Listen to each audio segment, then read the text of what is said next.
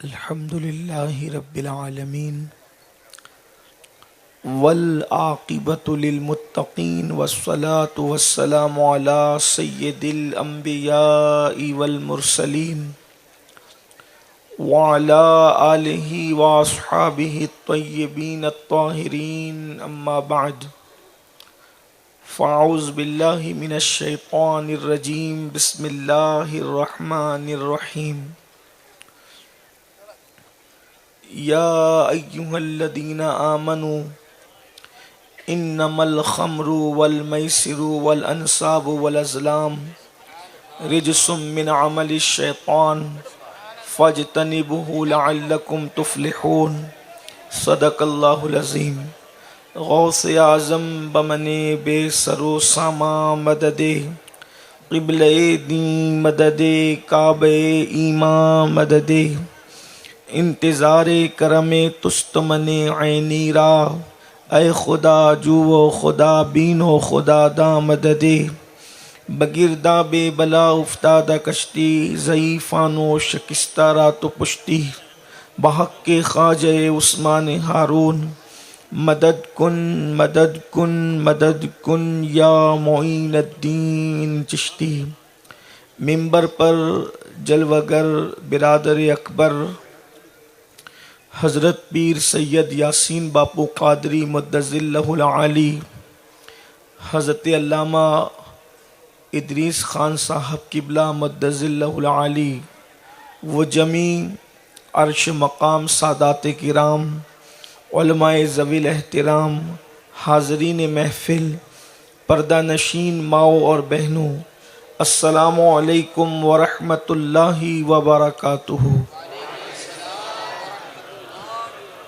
انتہائی احترام و عقیدت کے ساتھ اپنے اور ساری کائنات کے مرکز عقیدت انیس بے کساں چارہ ساز درد منداں، ہم غریبوں کے غم گسار، ہم فقیروں کی ثروت، شہر یار ارم، تاجدار حرم، نوبہار شفاعت، شب اسرا کے دولہ، نوشے بزم جنت، دانائے سبل، مولائے کل، ختم الرسل، خسروِ خوباں، سیاح لامکاں، وجہ کن فکاں، در اللہ المکنون، سر اللہ المخزون، عالم ما کانا وما یکون، آب و گل انبیاء، جان و دل اصفیاء، مطلع ہر سعادت، مقطع ہر سیادت، خلاصہ کائنات، فخر موجودات، حضور احمد مجتبی محمد مصطفیٰ، ارواحنا فدا صلی اللہ تعالی علیہ وآلہ وصحبہ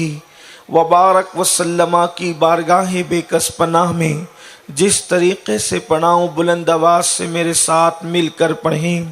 الصلاۃ والسلام علیک یا رسول اللہ، الصلاۃ والسلام علیک یا نبی اللہ، الصلاۃ والسلام علیک یا حبیب اللہ، وعلی آلک واصحابک یا نور اللہ، صلی اللہ تعالی علیہ وسلم۔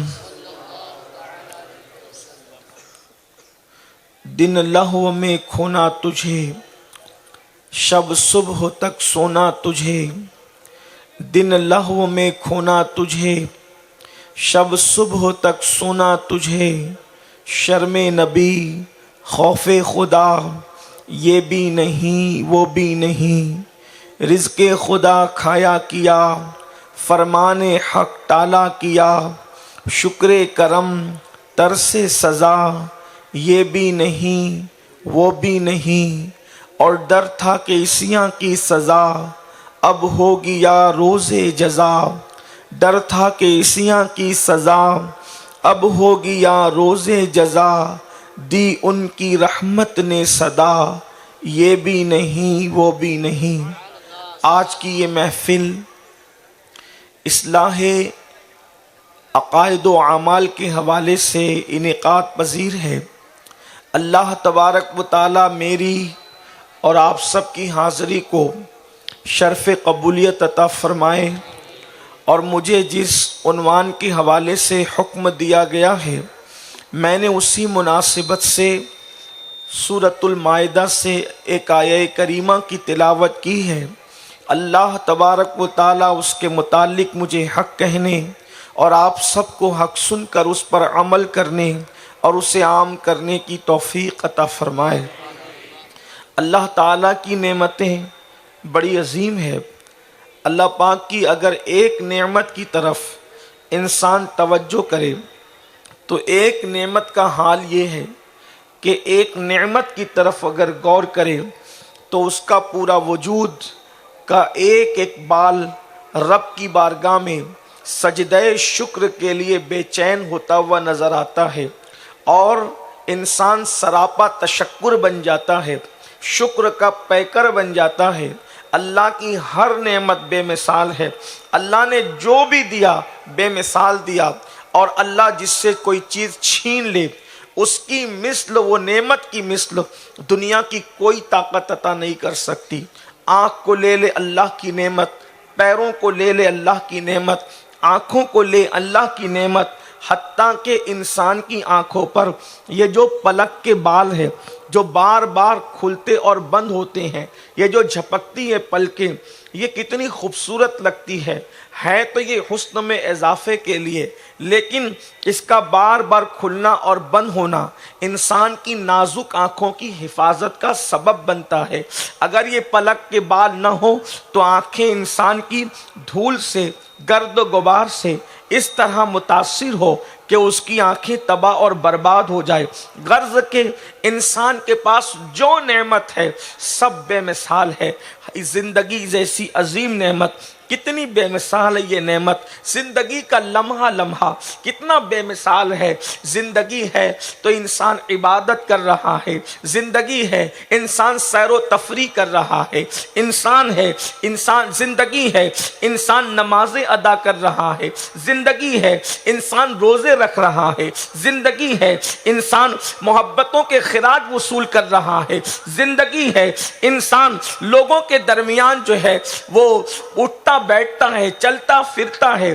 غرض کے ساری لذتیں زندگی کی وجہ سے ہے، مگر یاد رکھیں ان ساری نعمتوں کے اندر ہر نعمت بے مثال ہے، تمام نعمتیں بے مثال ہے، لیکن ایک نعمت اللہ کی جانب سے ایسی بھی ہے کہ زندگی ہی میں اس کا کوئی بدل نہیں ہے، اور وہ زندگی کا بہترین وقفہ ہے، وہ زندگی کا بہترین وقت ہے، اور اس کو زندگی کا درمیانی حصہ کہتے ہیں، جسے جوانی کہتے ہیں۔ انسان جب پیدا ہوتا ہے، انسان بچہ ہوتا ہے، اور جب وہ موت کے قریب جاتا ہے تو پہلے بڑھاپے کی طرف اکثر جاتا ہے، اس کے بعد پھر موت کی طرف جاتا ہے۔ بچپنے اور بڑھاپے کے درمیان جو بیچ کا پیریڈ ہے، جو بیچ کا حصہ ہے، اس کو جوانی کہتے ہیں۔ بڑی خوبصورت ہے جوانی، بڑی حسین ہے جوانی، جوانی کی کوئی مثال نہیں ہے۔ زندگی کا کریم پیریڈ جو ہے وہ جوانی ہے۔ اللہ رب العزت کو جوانی پسند بھی ہے، جوانی کی عبادت بھی پسند ہے، مگر یاد رکھیں جب انسان عالم شباب میں ہوتا ہے، جب انسان جوان ہوتا ہے تو اللہ اس کو اتنی قوت دیتا ہے، وہ اتنی طاقت دیتا ہے، اگر وہ چاہیں تو پہاڑوں کو ذروں میں تبدیل کر دیں۔ آپ دیکھیں جہاں پہاڑ کاٹ کر کے رستے بنے ہیں، یہ کام کس نے کیا ہے؟ جوانوں نے کیا ہے، جوان ہی یہ کام کرتے ہیں۔ لوہے کو نرم کرنا چاہیں تو جوان لوہے کو نرم بھی کر دیتا ہے، زمین کھود کر پانی نکالنا چاہیں تو زمین کھود کر پانی بھی نکال لیتا ہے۔ غرض کے جوانی کے اندر سر کے بالوں سے لے کر پیر کے ناخن تک ہر حصے میں طاقت ہوتی ہے، ہر حصے میں قوت ہوتی ہے۔ اللہ تبارک و تعالی آنکھوں میں بھی قوت دیتا ہے، زبان میں بھی قوت دیتا ہے، ہاتھ اور پیر میں بھی قوت دیتا ہے۔ غرض کے جوانی بڑی قیمتی ہے، اسی لیے آپ دیکھیں فاتحین بدر و حنین کی زندگی کا جائزہ لیں، وہ سب کے سب جوان تھے۔ فاتحین بدر جوان ہے، احد کے فاتحین جوان ہے، خندق کے اندر اسلام کے پرچم کو بلند کرنے والے جوان ہیں۔ ہے۔ اسی طریقے سے کربلا کے میدان میں دیکھیں، ایک طرف امام علی اکبر کی جوانی ہے، ایک طرف جناب قاسم کی جوانی ہے، جناب عباس کے بازو کٹتے ہیں، وہ بھی تو اس وقت جوان تھے، اور اللہ اکبر ان سب کا جو سردار ہے کربلا میں، وہ صرف جوان ہی نہیں ہے بلکہ جنتی جوانوں کا سردار ہے۔ اللہ اکبر، اندازہ فرمائے جوانی کتنی قیمتی ہے، لیکن جب انسان جوان ہوتا ہے تو وہ جوان انسان اپنی تدبیر کے ناخنوں سے امت کی بکھری ہوئی زلفوں کو سنوارنے کا ہنر رکھتا ہے۔ ہاں انسان جب جوان ہوتا ہے تو قوم کو پستیوں سے نکال کر بلندی کی طرف لے جانے کا حوصلہ رکھتا ہے۔ انسان جب جوان ہوتا ہے تو اپنی قوم کا مقدر بن جاتا ہے۔ ایک جوان اپنی پوری قوم کا سرمایہ ہے، ایک جوان اپنی پوری قوم کو ترقی پر لے جانے کا سبب ہے، ایک جوان اپنی پوری قوم کو عروج پر لے جانے کا ذریعہ ہے۔ اسی لیے شیطان انسان کی جوانی کو برباد کرنے کی کوشش کرتا ہے، اور انسان جب جوانی کی دہلیز پر قدم رکھتا ہے تو شیطان بڑی شریر نگاہوں سے اس کو دیکھتا ہے، بڑی بدترین نگاہوں سے اس کو دیکھتا ہے، اور شیطان یہ چاہتا ہے کہ قوموں کے جوان تباہ ہو جائیں، قوموں کے جوان برباد ہو جائیں، قوموں کے جوان اپنے مقصد کو فراموش کر دیں۔ اللہ اکبر، اور یاد رکھنا دنیا کی دوسری قوموں کی بات نہیں کرتا، امت مسلمہ کا جو جوان ہے خدا نے اس کو جو صلاحیت عطا کی ہے، وہ صلاحیت دنیا میں کسی جوان کے پاس نہیں ہے۔ اس کی سب سے بڑی وجہ یہ ہے کہ امت محمدیہ روئے زمین پر، زمین کی پشت پر اور آسمان کے نیچے ایک ایسی قوم ہے جس کے پاس زندہ کتاب قرآن کی شکل میں موجود ہے، جس کے پاس زندہ نبی گنبد خضرا کے نیچے آرام فرما رہے ہیں۔ ہمارا مذہب بھی زندہ ہے، ہمارا قرآن بھی زندہ ہے، ہمارا رسول بھی زندہ ہے، اور ہمارا خدا تو حی و قیوم ہے، جو صرف زندہ ہی نہیں ہے بلکہ جو زندگی کو پیدا کرنے والا ہے۔ اس لیے انسان کی جوانی کے حوالے سے جتنا شیطان فکر مند ہے اور دنیا کی دوسری قومیں جانتی ہے، مسلم امہ کے جوان جس دن اپنی ذمہ داریوں کو محسوس کر لیں گے، اپنی ذمہ داریوں کو پہچان لیں گے، اس دن زمین کے چپے چپے پر اگر کوئی پرچم لہرائے گا تو وہ مذہب اسلام کا پرچم ہوگا، محمد الرسول اللہ کے غلاموں کی حکومت ہوگی۔ اس لیے شیطان جوانوں کو اغوا کرنے کے لیے بہت سے ہتھ کنڈے استعمال کرتا ہے اور انسان کو اپنے مقصد سے ہٹانے کی کوشش کرتا ہے۔ میرے سامنے یہ ہزاروں خواتین و حضرات کا جو نوجوانوں کا مجمع ہے، میں کوئی خطاب کرنے کی بجائے صرف اور صرف اپنے دل کا درد کسی صاحب دل کے دروازے پر منتقل کرنا چاہتا ہوں۔ اندازہ فرمائیں قوموں کی جوانی کتنی عظیم ہے۔ آپ جانتے ہیں لاہور کے قلندر نے جو بات کہی تھی، دی اذانیں کبھی یورپ کے کلیساؤں میں اور افریقہ کے تپتے ہوئے صحراؤں میں، دشت تو دشت ہے، دریا بھی نہ چھوڑے ہم نے، بحر ظلمات میں دوڑا دیے گھوڑے ہم نے۔ میں پوچھنا چاہتا ہوں میری قوم کے جوانوں، بتاؤ جو افریقہ کے کلیساؤں میں اذان دے رہے تھے وہ جوان نہیں تھے؟ وہ سب جوان تھے۔ جنہوں نے افریقہ کے کلیساؤں کو مسجدوں میں تبدیل کر دیا تھا وہ سب جوان تھے۔ جنہوں نے بحر ظلمات میں گھوڑے دوڑائے تھے وہ سب جوان تھے۔ اور آپ ایک ایسے بہادر کا ذکر سنتے ہیں کہ اللہ اکبر، جس نے ایک ہاتھ سے بلکہ اپنے دوسرے ہاتھ سے، جسے آپ الٹا ہاتھ کہتے ہیں، اپنے دوسرے ہاتھ سے خیبر کا 150 من کا دروازہ جس نے ایک ہاتھ سے اکھیڑ کر اپنی پیٹھ پہ اٹھا کر لشکر کو کہا تھا کہ میرے اوپر سے یہ جو دروازہ رکھا ہے فوج گزر کر کے قلعے قلعے پر چڑھے۔ مورخ لکھتا ہے 150 من کا دروازہ پیٹ پہ ڈال کر جس نے دروازے کو پل کی شکل دی تھی وہ کوئی بڈھا نہیں تھا بلکہ وہ ایسا جوان تھا جس کے بارے میں رسول اللہ کہتے ہیں لا فتح الا علی لا سیف الا ذوالفقار۔ نعرہ تکبیر، نعرہ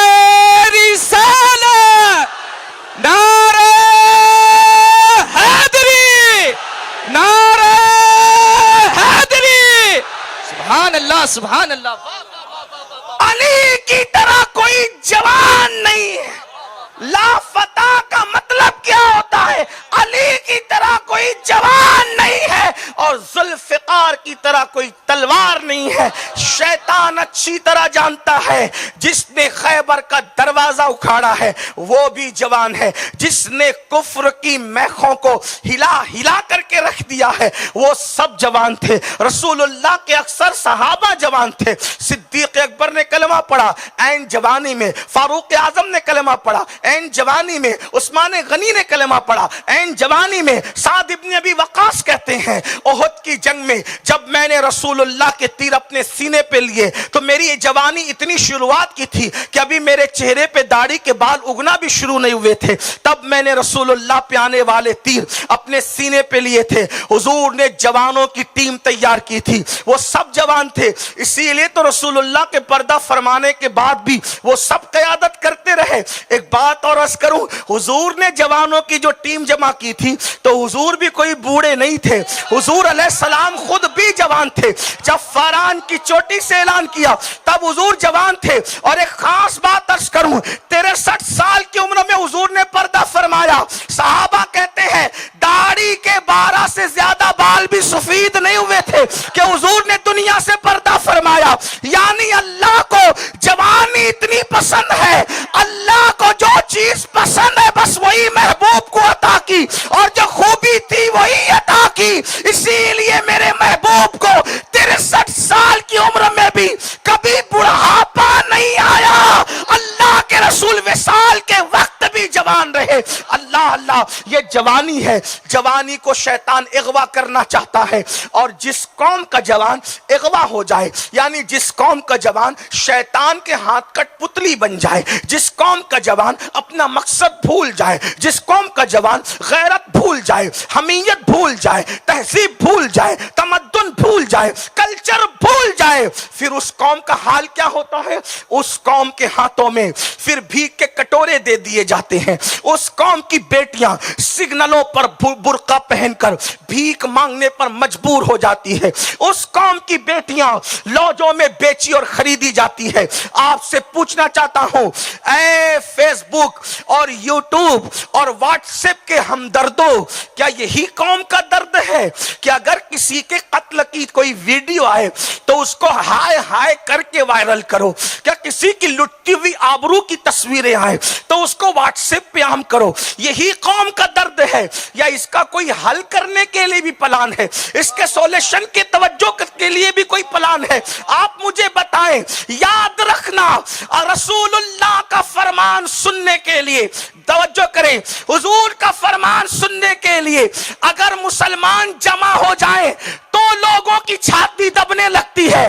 جب صرف سننے کے لیے جمع ہو تو چھاتیاں دبتی ہے. اگر پوری قوم فرمان رسول پہ عمل کر لے تو پھر انقلاب کا عالم کیا ہوگا، کس طرح انقلاب آئے گا. لیکن اللہ میری قوم کو شعور دے. ہم سنتے تو ہیں، ہم نے کبھی سوچا یہ بیٹیوں کی لٹی ہوئی آبرو، یہ بیٹیاں اگر کسی کا ہاتھ پکڑ کر جا رہی ہے، یہ المیاں، یہ سگنلوں پر بھیک مانگتی ہوئی برقع پہن کر کے بیٹیاں جو قوم کے اوپر ایک سوالیہ نشان کی شکل میں ہے، اس کا حل کیا ہے؟ اس کی تبدیلی کا ذریعہ کیا ہے؟ یاد رکھنا، نوٹوں سے تبدیلی نہیں آتی، نہ اوٹوں سے تبدیلی آتی ہے، نہ زبان سے تبدیلی آتی ہے، نہ بیان سے تبدیلی آتی ہے، نہ دھرنوں سے تبدیلی آتی ہے.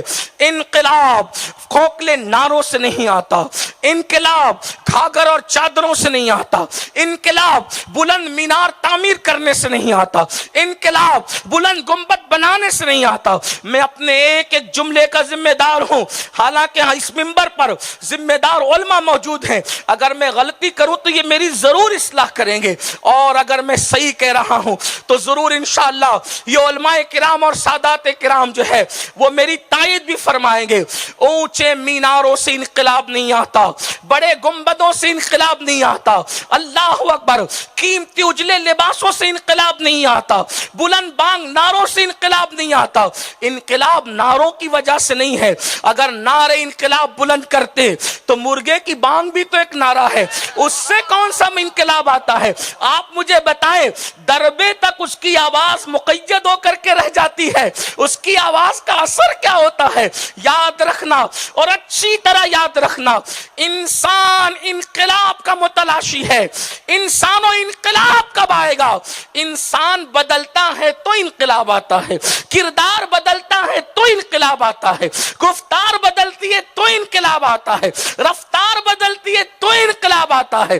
دل جب سوز اور ساز کا مجسمہ بن جاتے ہیں تب انقلاب آتا ہے. انقلاب ان سے نہیں آ سکتا جو رات کے 3 بجے تک زنا کی گندی فلمیں بیٹھ کر دیکھیں. انقلاب تو ان سے آتا ہے جو آخری حصے میں رات کے اپنے گناہوں کو یاد کر کے روتے ہیں. انقلاب بپا کرنے والی قوم وہ ہے جو راتوں کو گناہ یاد کر کے روتے ہیں. اپنی راتوں کو گناہوں کے آشیانے تعمیر کر کے گزارنے والے کبھی انقلاب بپا نہیں کر سکتے. آج اگر پوری دنیا کے اندر نفرت کی نگاہ سے ہمیں دیکھا جا رہا ہے, نوجوانوں کا بگڑ جانا, نوجوانوں کا جادہ حق سے ہٹ جانا, صراط مستقیم سے دور ہو جانا, یہ آج سب سے بڑی ذلت کی وجہ ہے. اس محفل میں جو اصلاح عقائد و اعمال کی محفل ہے, میں خالص جوانوں سے مخاطب ہوں. میری قوم کے جوانوں, ہماری ذمہ داری کیا ہے؟ ہم زمین پر اچھلنے کودنے کے لیے پیدا نہیں ہوئے, ہم اچھلنے والی قوموں کو لگام دینے کے لیے پیدا ہوئے.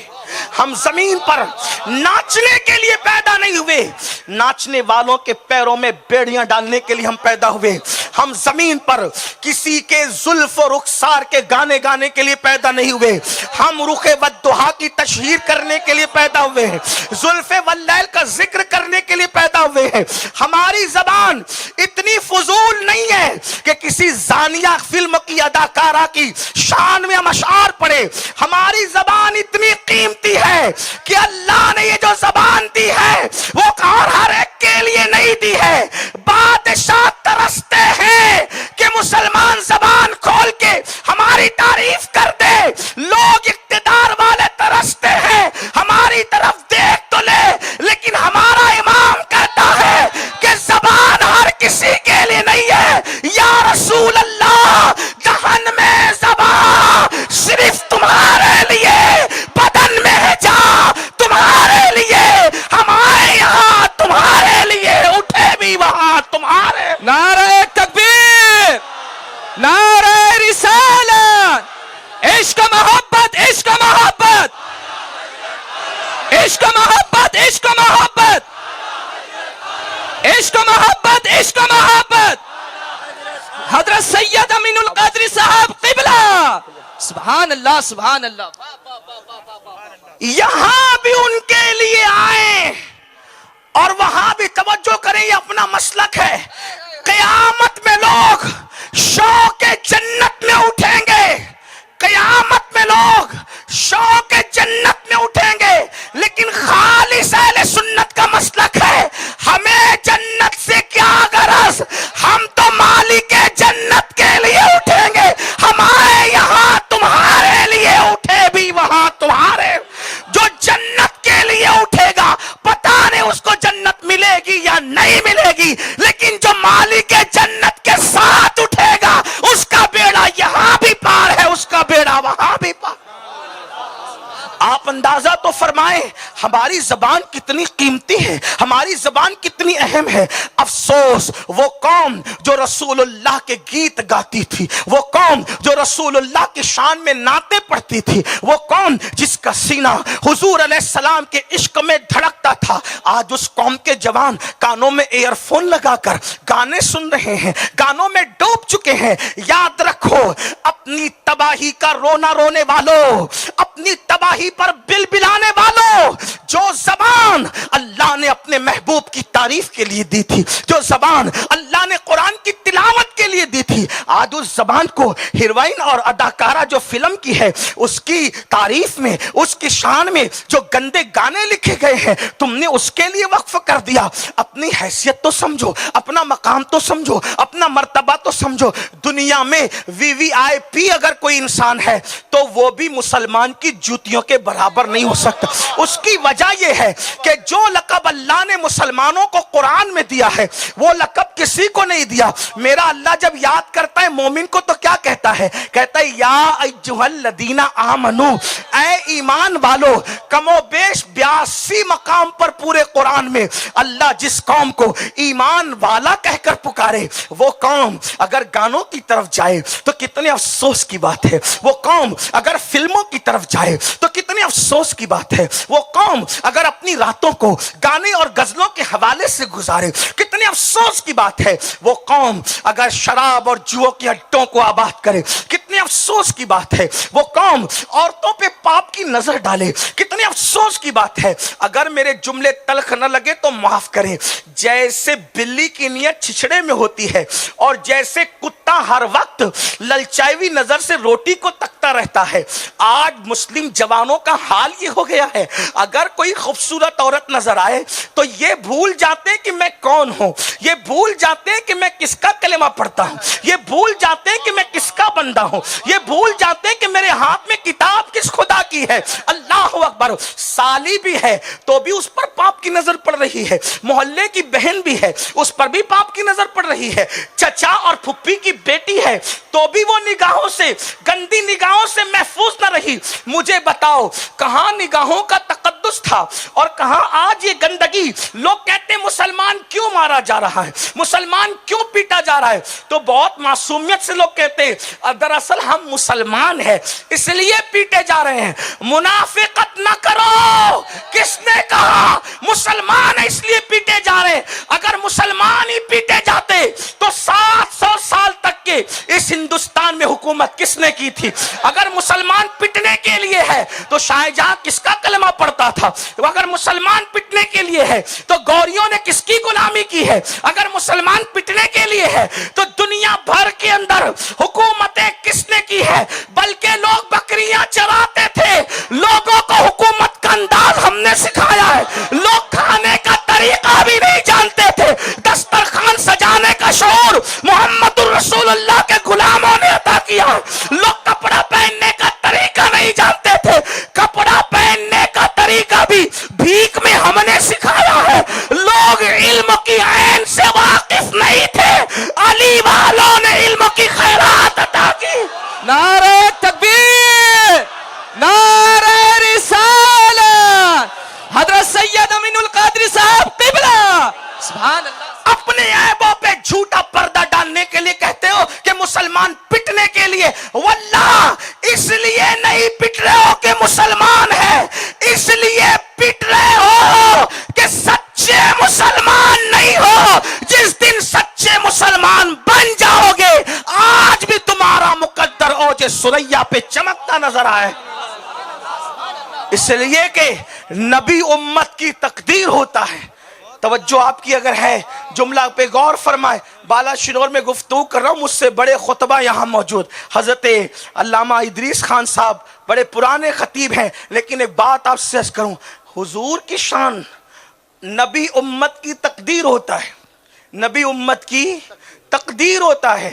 اب آپ سے کہوں بتاؤ مسلمان سے بڑا صاحب تقدیر کون ہے؟ کیونکہ ہمارے نبی سے بڑا کون؟ اللہ کی کائنات میں اس کی مخلوق میں ان سے بڑا کون؟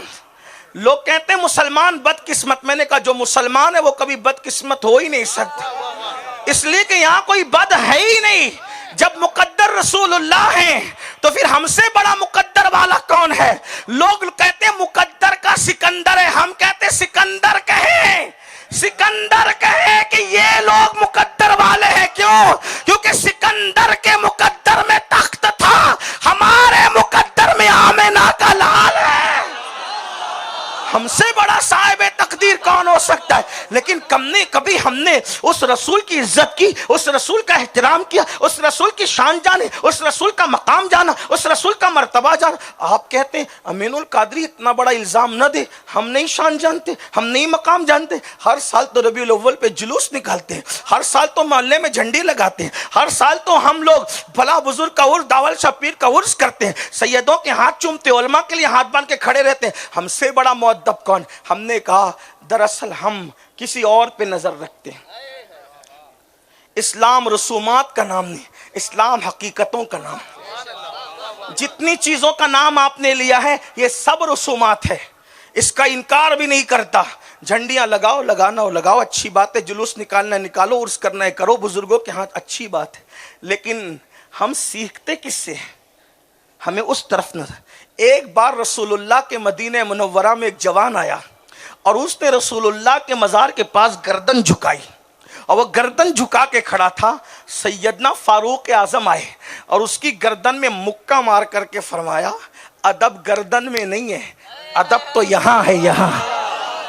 حضور کے یہاں گردن جھکانے سے زیادہ دل جھکانے کی ضرورت ہے.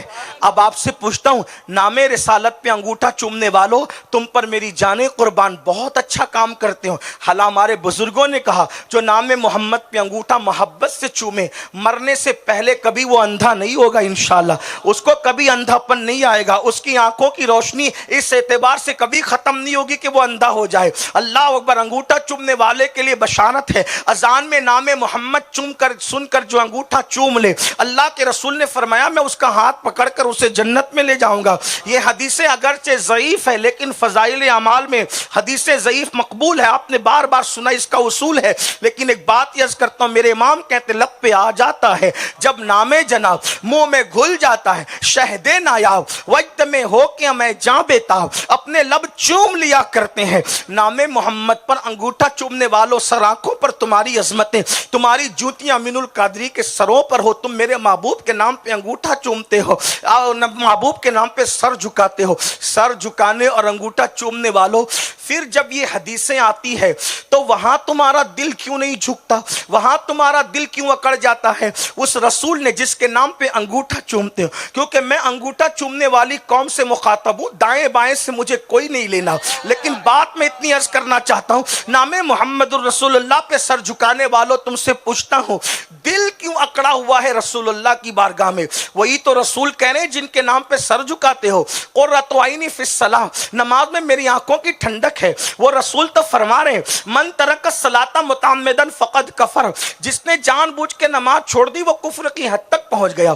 بے نمازی کو ہم حنفی ڈائریکٹ کافر نہیں کہتے، لیکن یہ بات ہے کہ اس نے کافروں جیسا عمل کیا، وہ کفر کی حد تک پہنچ گیا. ہمارے امام الائمہ سراج الامہ کاشف الغمہ سیدنا نعمان بن ثابت کہتے ہیں جو دنیا میں نماز میں سستی کرے گا، مرنے سے پہلے ڈر ہے کہ اس کا ایمان اس سے چھین لیا جائے گا، اس کی زبان پہ کلمہ طیبہ نہیں آئے گا. آپ سے پوچھتا ہوں اگر دلوں میں واقعی رسول اللہ سے محبت ہے تو تم نے کوئی ایسا عاشق بھی دیکھا جو اپنے محبوب کی آنکھوں کو ٹھنڈک نہ پہنچائے، جو اپنے محبوب کی آنکھوں کو ٹھنڈک نہ پہنچائے؟ کہاں تک کہ جو ہے وہ قصہ صحیح ہے یہ تو لکھنے والا مورخ جانے. لیلا مجنوں پر لوگوں نے بڑی بڑی کتابیں لکھی، اسی لیلا مجنوں کی داستان میں، حالانکہ میرا یہ عنوان اور میری محفل لیلا مجنوں کی بات کی نہیں، لیکن بات عبرت کی ہے تو بتا رہا ہوں، اور بات پر توجہ کرنا سنیو. ایک مرتبہ لوگوں نے مجنوں کو دیکھا کہ اپنی آستین پر روٹی کا ٹکڑا رکھ کر، توجہ کرنا، عاشق ہونا رسول اللہ کے، عشق کے دعوے دار ہونا، کم از کم مجنوں ہی سے سیکھ لیا ہوتا. روٹی کا ٹکڑا آستین پہ رکھ کے کتے کو کھلا رہا ہے اور کتا کھا رہا ہے تو یہ مسکرا رہا ہے. کسی نے کہا مجنون تجھے نہیں پتا کہ کتے کی رال ناپاک ہوتی ہے، نجس ہوتی ہے، آستین پہ روٹی کا ٹکڑا رکھ کر کے کھلا رہا ہے اور وہ بھی کتے کو. کتے سے تیرا کیا رشتہ؟ مجنون نے ایک سرد آنکھ کھینچی، کہا کتا میں بھی جانتا ہوں، مسئلہ میں بھی جانتا ہوں، لیکن کروں کیا؟ دراصل یہ کتے کو ایک بار میں نے لیلا کی گلی میں دیکھا تھا، اس لیے اس سے پیار جو ہو گیا. اب میں پاکی ناپاکی نہیں دیکھتا، میں تو محبوب کی گلی کی نسبت دیکھتا ہوں. اب ملانے کے لیے نہیں، اگر عاشق کو سچے پوچھنا چاہتا ہوں، اگر محبوب سچا پیار محبوب سے ہو جائے تو محبوب کے گلی کے ناپاک کتے کی رال بھی اپنی آستین سے گندی کی جا رہی ہے اور احساس تک نہیں ہے. آپ سے پوچھتا ہوں پیار ہو جائے تو کتے جیسی چیز بھی محبوب ہو جاتی ہے. ہمیں کون سا پیار ہوا مدینے والے سے؟ آنکھوں کی ٹھنڈک بھی محبوب نہ ہوئی، آنکھوں کی ٹھنڈک بھی محبوب نہ ہوئی. حضور کی آنکھوں کی ٹھنڈک کہاں اور کتے کی حیثیت کہاں؟ ملانے کی بات نہیں. کس منہ سے عاشق رسول کہتے ہو؟ کیا مر کے قبر میں نہیں جانا؟ اللہ کی عدالت میں نہیں کھڑے ہونا؟ قیامت میں حضور کو منہ نہیں دکھانا؟ اگر یہ کہہ دیا یا رسول اللہ میں بھی عاشق تھا. حضور فرمائے ظالم منافق میری آنکھوں کی ٹھنڈک سے بھی تو نے ظلم کیا. کیا جواب دو گی اپنے محبوب کی بارگاہ میں؟ کون جنت میں جائے گا نماز پڑھ کے، کون نہیں جائے گا دوسرے نمبر کی بات ہے. یا تو جنت و جہنم کا سوال ہی نہیں، یا تو محبتوں کے سودے.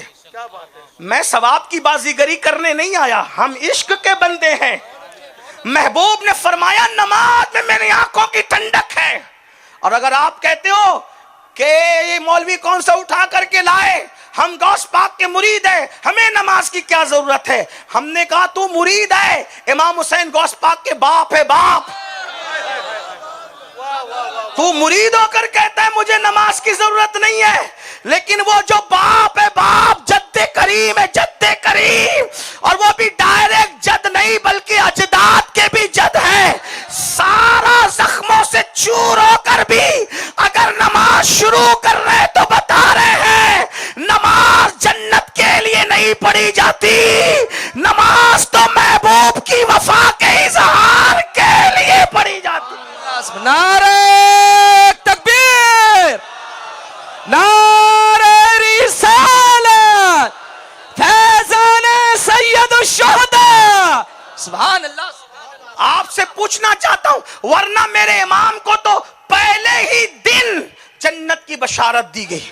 اور صرف جنتی نہیں فرمایا الحسن والحسین سیدہ شباب اہل الجنہ.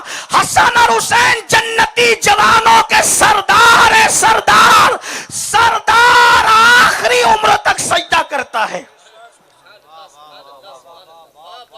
جنتی ہونے کا گھمنڈ، اور پتہ نہیں تمہیں کس نے یہ سبق پڑھایا، کچھ بھی کرو تم جنتی ہو.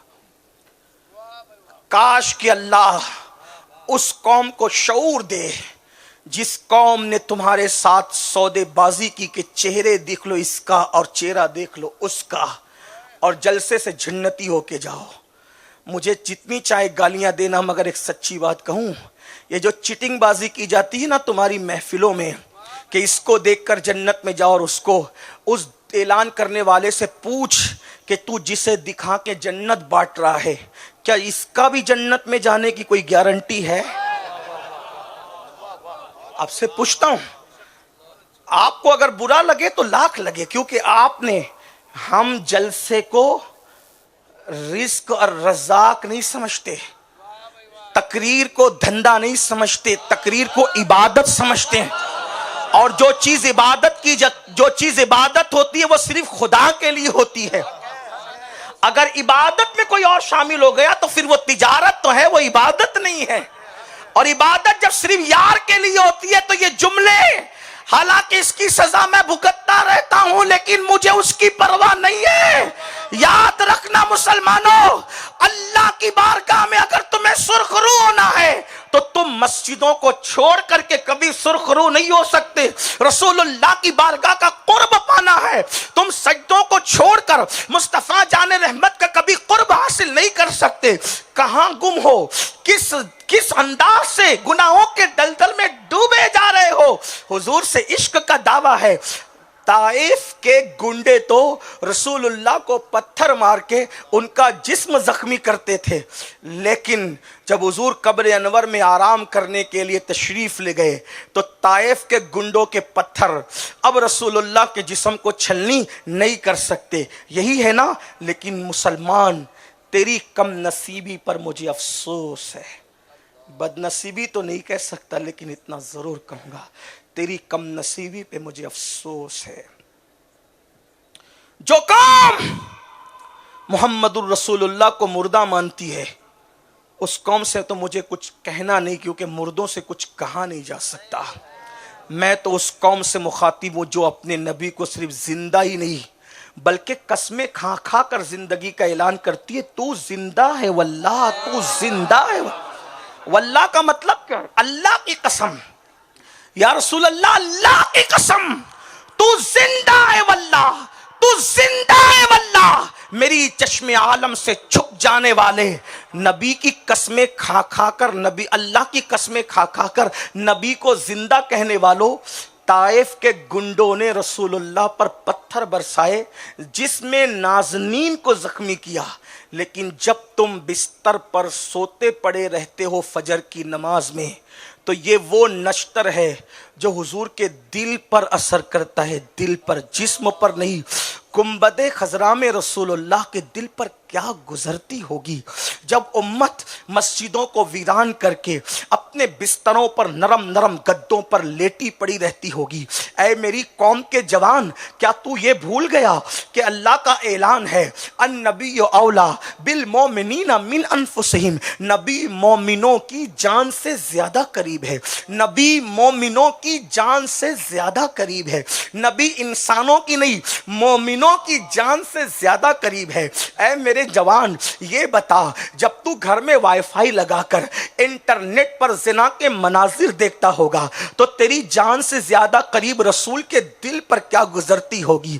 جب تیرے ہاتھ میں شراب کا پیالہ ہوتا ہوگا، جب تو نشے کی گولیاں کھاتا ہوگا، جس وقت تو ایم ڈی کا پاؤڈر اپنے حلق کے اندر اتارتا ہوگا، جب تو نشے کے انجیکشن لیتا ہوگا، ہاں جب تیرے ہاتھ جوئے کے حوالے سے کسی آلے پر کام کر رہے ہوتے ہوں گے، رمی اور جنگلی رمی اور لاٹری اور خدا جانے کیا کیا بدترین قسم کے جوئے جس وقت تم اپنے ہاتھوں سے کھیلتے ہوں گے، اس وقت رسول اللہ کے دل پر گزرتی کیا ہوگی؟ کبھی سوچا ارے ماں کا دل دکھانے والا مرے گا تو اس کی زبان پہ کلمہ نہیں آئے گا؟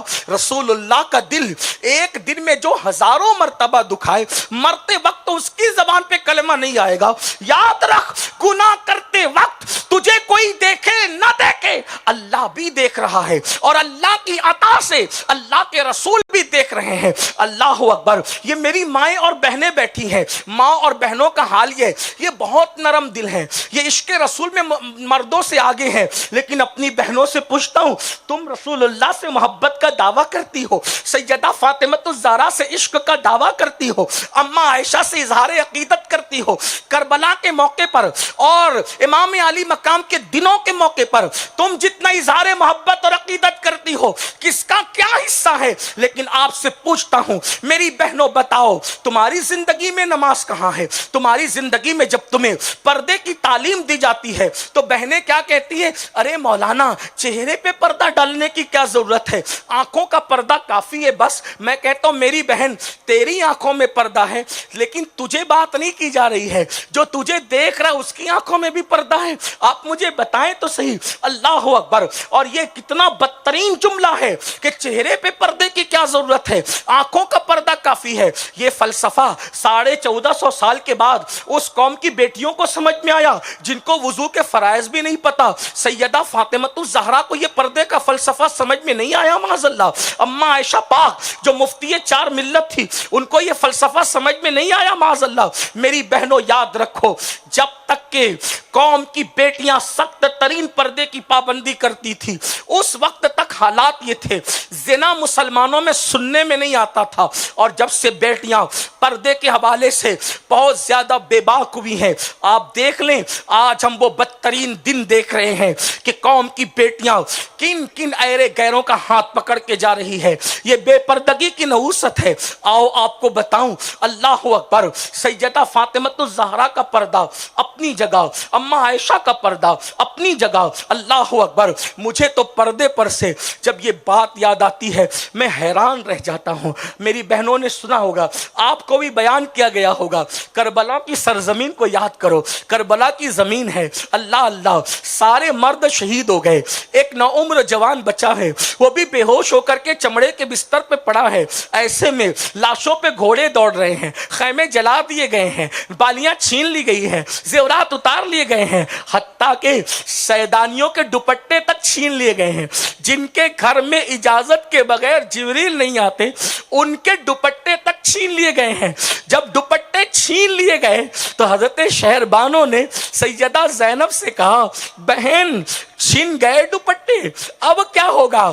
تو سیدہ زینب نے کہا تھا نبی کے گھر کی بہوؤں، نبی کے گھر کی بیٹیوں، نبی کے گھر کی شہزادیوں، دوپٹے چھیننا ان کے قبضے میں ہے۔ اللہ نے ہمیں بڑے بال اس لیے عطا کیے تاکہ جو بال پیچھے تھے اس کو آگے کر لیں، اور اب بھی اپنے چہرے پر پردہ بالوں کا ڈھانک لے۔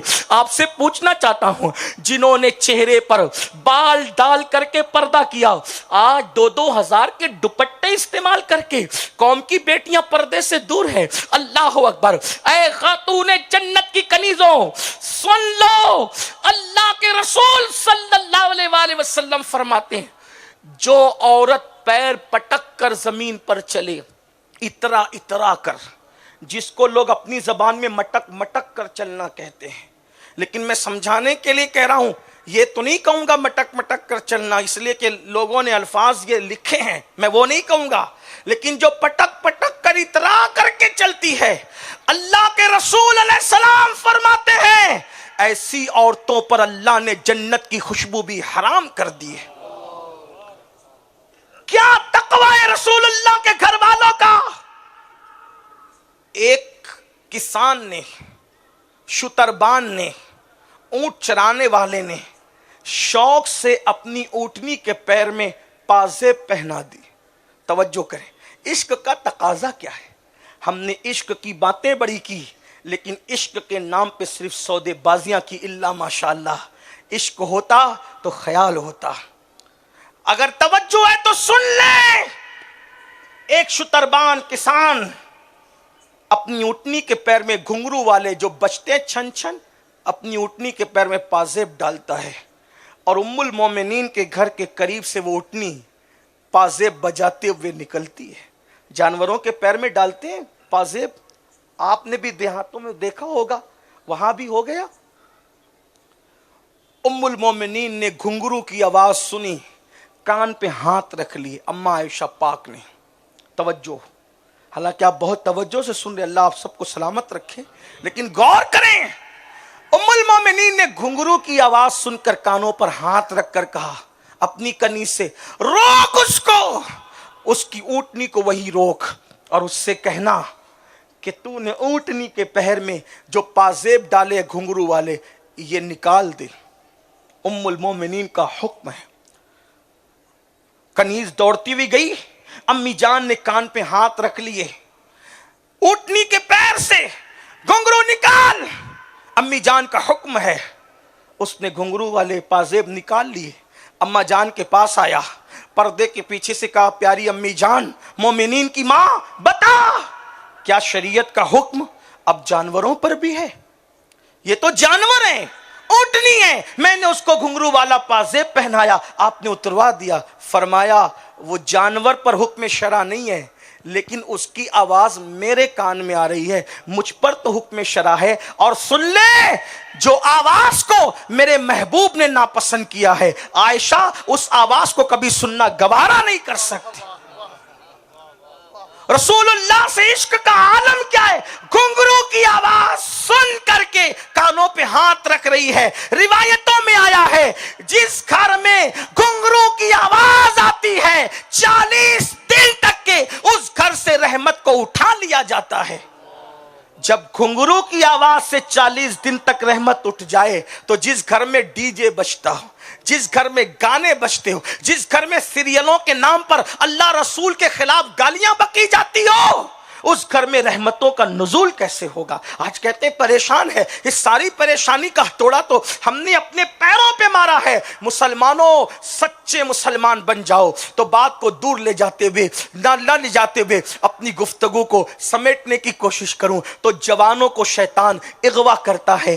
آج بھی ہندوستان میں پوری دنیا سے زیادہ ہمارے ملک میں جوان ہے، اور مسلمان اس پورے ملک میں 30 کروڑ سے زیادہ بستے ہیں، بلکہ تقریباً کم و بیش 40 کروڑ مسلمان اس ہندوستان میں رہتے ہیں۔ تو جب ہندوستان میں جوان زیادہ ہیں تو اس کا مطلب یہاں مسلمانوں میں جوانوں کی تعداد زیادہ ہے۔ مسلمانوں کرنا کیا ہے؟ حالات کیسے بدلیں گے؟ یہ جو ہم جرائم کی طرف جا رہے ہیں، اور ایک بات یاد رکھنا، یہ جو خاص طور پہ گناہ مسلم سوسائٹی میں پرموٹ کیے جاتے ہیں، اس کی وجہ لوگوں کو ہم سے پیار نہیں ہے۔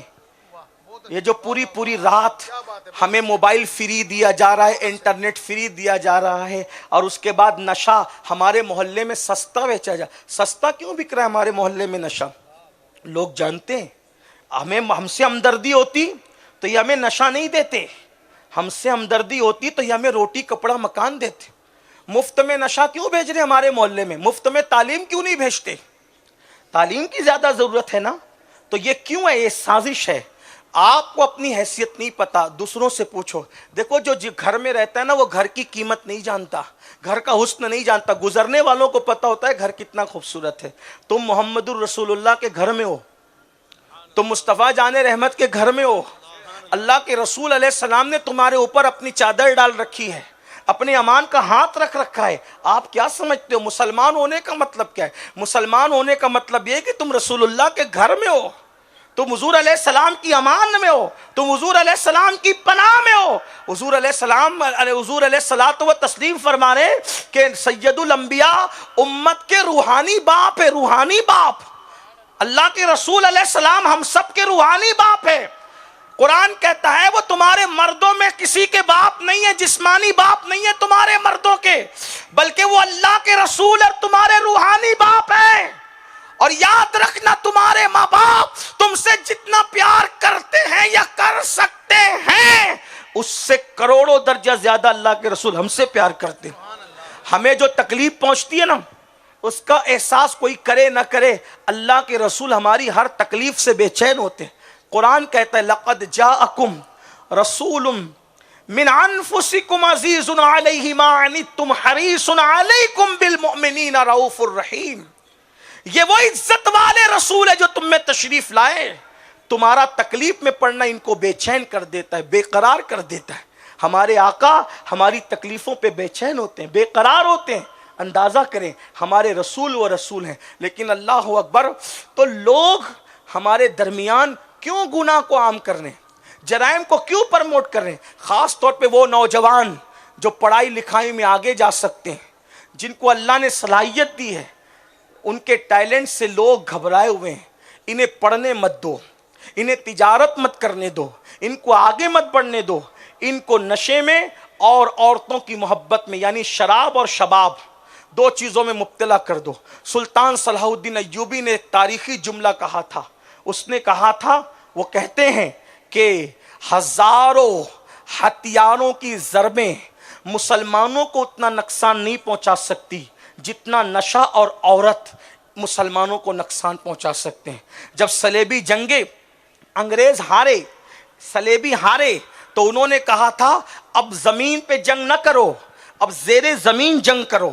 اس قوم کو ہتھیاروں سے مت مارو، اس قوم کو کردار سے مارو، اس قوم کو کیریکٹر سے مارو، اس قوم سے اخلاق چھین لو۔ آپ دیکھو مسلمانوں، کیا مسلمانوں جیسا اخلاق ہمارے پاس ہے؟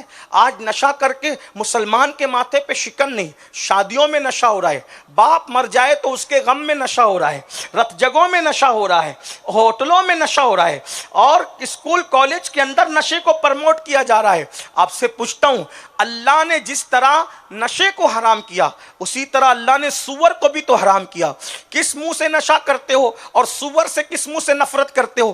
جتنا برا نشہ کرنا ہے اتنا ہی برا سور کھانا بھی ہے، سور کھانا جتنا برا ہے اتنا ہی نشہ کرنا بھی برا ہے۔ جس طرح پیشاب پینا کا حکم ہے اسی طرح شراب پینے کا حکم ہے۔ پیشاب اور شراب میں فرق کیا ہے؟ دونوں کی نجاست کے بارے میں فقہا کے اقوال پڑھ لو۔ آپ سے پوچھنا چاہتا ہوں مسلمانوں، کیا اللہ کے رسول علیہ السلام نے یہ نہیں فرمایا چور چوری کرتے وقت اور نشہ کرنے والا نشہ کرتے وقت اور زنا کرنے والا زنا کرتے وقت اللہ اکبر اس حال میں رہتا ہے، اللہ ان تینوں کا ایمان ایسے نکال لیتا ہے جیسے تم اپنے کرتے کو اتارتے ہو، خدا ایسے تمہارا ایمان لے لیتا ہے۔ اللہ اکبر، کیا احساس ہے اس قوم کو؟ مسلمانوں، ہمارا مذہب اتنا پاکیزہ ہے، اتنا مکرم ہے، اسلام نے ہمیں یہاں تک بتایا کب سونا ہے، کب اٹھنا ہے، کیا کھانا ہے، کیا نہیں کھانا ہے، لیکن ہم مسلمانوں کے ہمیں احساس نہ رہا۔ آپ سے پوچھتا ہوں، شیر کے آگے گھاس رکھی جائے، شیر گھاس کھائے گا؟ کیوں نہیں کھاتا ہے؟ شیر کو پتہ ہے میری غذا گھاس نہیں ہے، کچھ اور ہے نا؟ جب شیر درندہ ہو کر اس کو کیا کھانا چاہیے اور نہیں کھانا چاہیے اس کا احساس ہے، تو محمد الرسول اللہ کے امتی ہو کر کے غیرت کہاں گئی؟ کیا کھانا چاہیے کیا نہیں کھانا چاہیے اس بھول گئے؟ کیا پینا چاہیے نہیں پینا چاہیے بھول گئے؟ کتا بھی گٹا گٹ پانی نہیں پیتا، گٹ گٹ کر کے پانی نہیں پیتا، اس لیے کہ اس کو سکھایا گیا ہے کہ اس طرح نہیں پینا۔ سب سے یونیک انداز پانی پینے کا کتے کا ہے۔ بہت سارے جانور اس طرح زبان سے چاٹ کے پیتے، کتا ایسے نہیں پیتا، کتا نیچے کی زبان پانی پہ لگا کر پیتا ہے۔ اس کو وہی طریقہ سکھایا گیا، وہ آج تک اس طریقے پہ۔ لوگ بدل گئے، کتا نہیں بدلا، ہے نا یہی بات؟ لوگ بدل گئے، درندے نہیں بدلے۔ لوگ بدل گئے، پرندے نہیں بدلے۔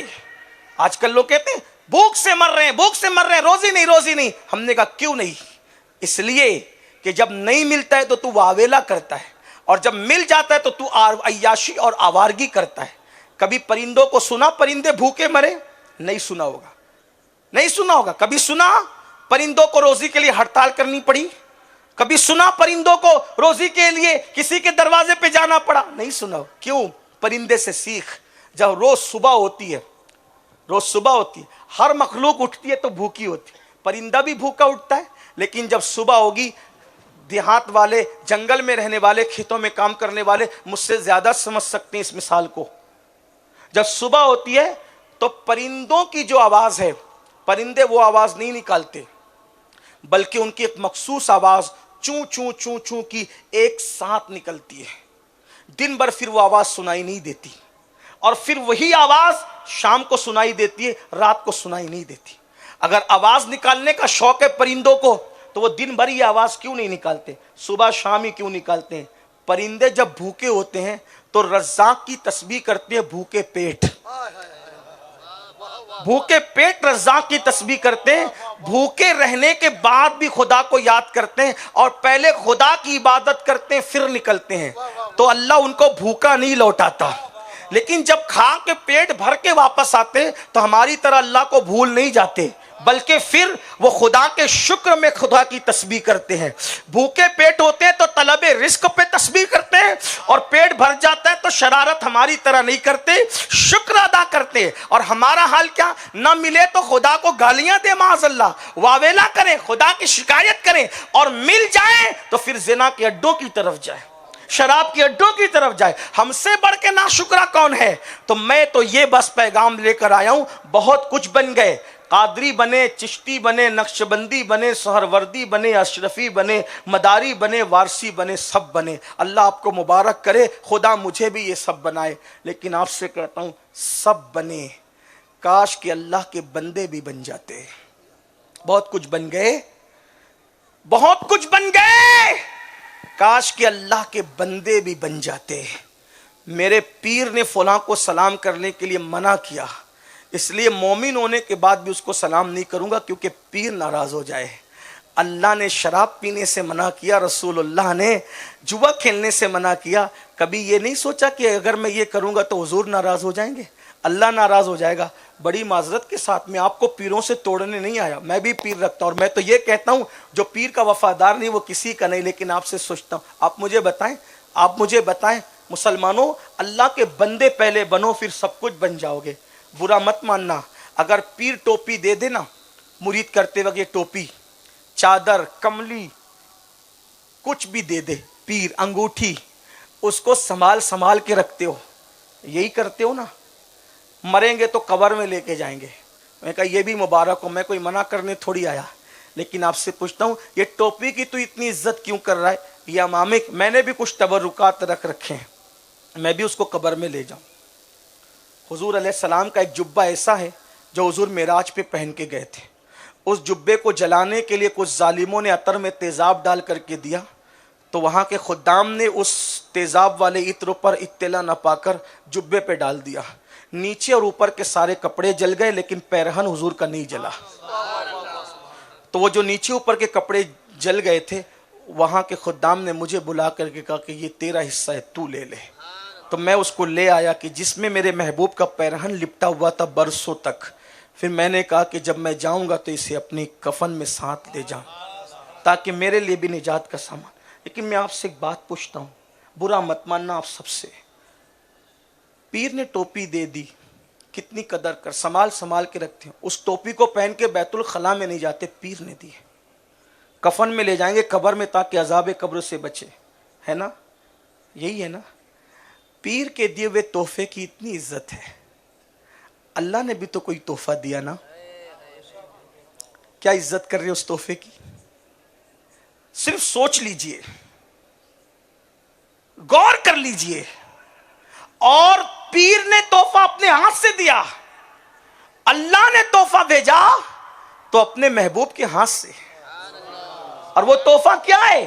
وہ تحفہ معراج نماز ہے. پیر کے تحفے کی قدر کرنے والوں، آپ سے پوچھتا ہوں بالکل قدر کیجئے پیر کے تحفے کی، لیکن رسول اللہ کے تحفے کی اور اللہ کے تحفے کی جو ناقدری کر رہے ہو، اس کا جواب کون دے گا؟ اللہ کی عدالت میں کھڑے ہونے سے نہیں ڈرتے؟ سوچتے نہیں؟ آئیے بات سمیٹتے، ایک بات آپ سے کہوں پھر بات مکمل کر لوں. میدان محشر جو ہے نا، میدان میں بات میں سمیٹتا ہوں، بس اس پہ بات میں زیادہ نہیں کروں گا، اپنے وقت پہ بات پوری کر. بہت اچھے سے سنا، مجھے بہت پسند آیا یہ علاقہ.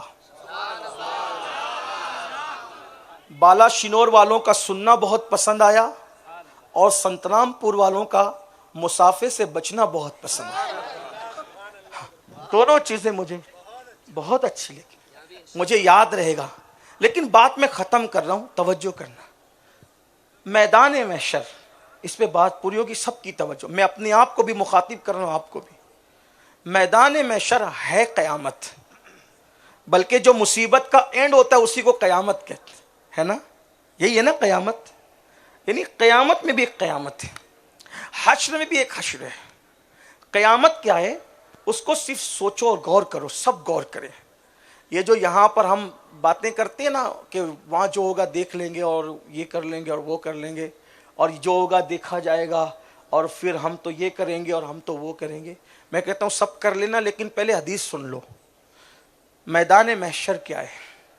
میدان محشر یہ ہے کہ جہاں جبریل امین جو آج سب سے زیادہ بلندی پہ رہتے ہیں، سدرۃ المنتہا، اس سدرہ پہ رہنے والے جبریل بھی اللہ سے کلام کرنے کی ہمت نہیں کر سکیں گے.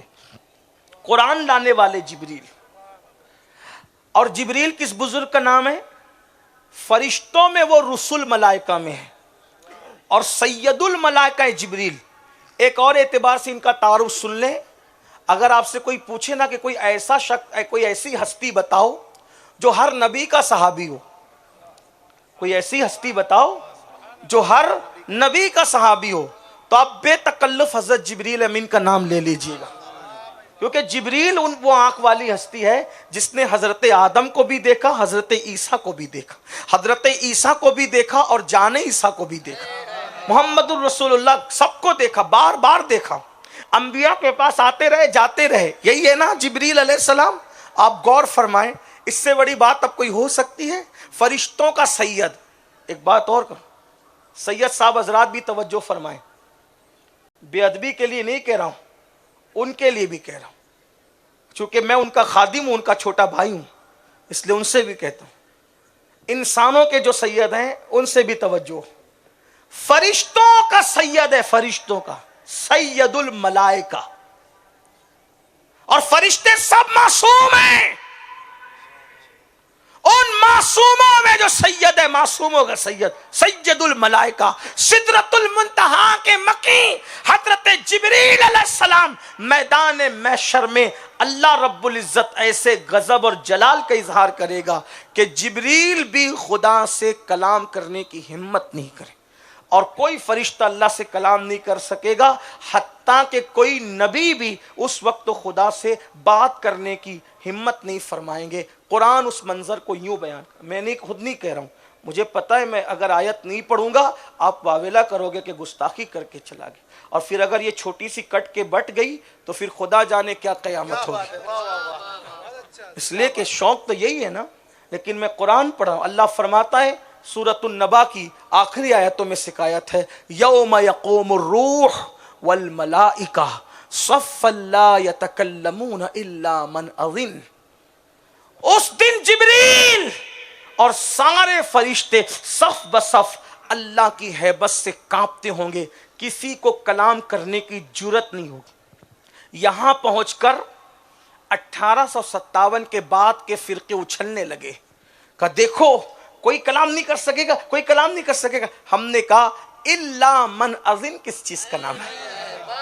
کوئی نہیں کر سکے گا الا مگر کوئی ہوگا. اور وہ کون ہوگا؟ من اذن، جس کو اجازت دی جائے گی. کوئی کلام نہیں کرے گا مگر جس کو اللہ کلام کرنے کی اجازت دے گا. اور وہ کون ہوگا؟ جو معزون ہوگا، اجازت یافتہ ہوگا، اسی کو محمد الرسول اللہ کہا جاتا.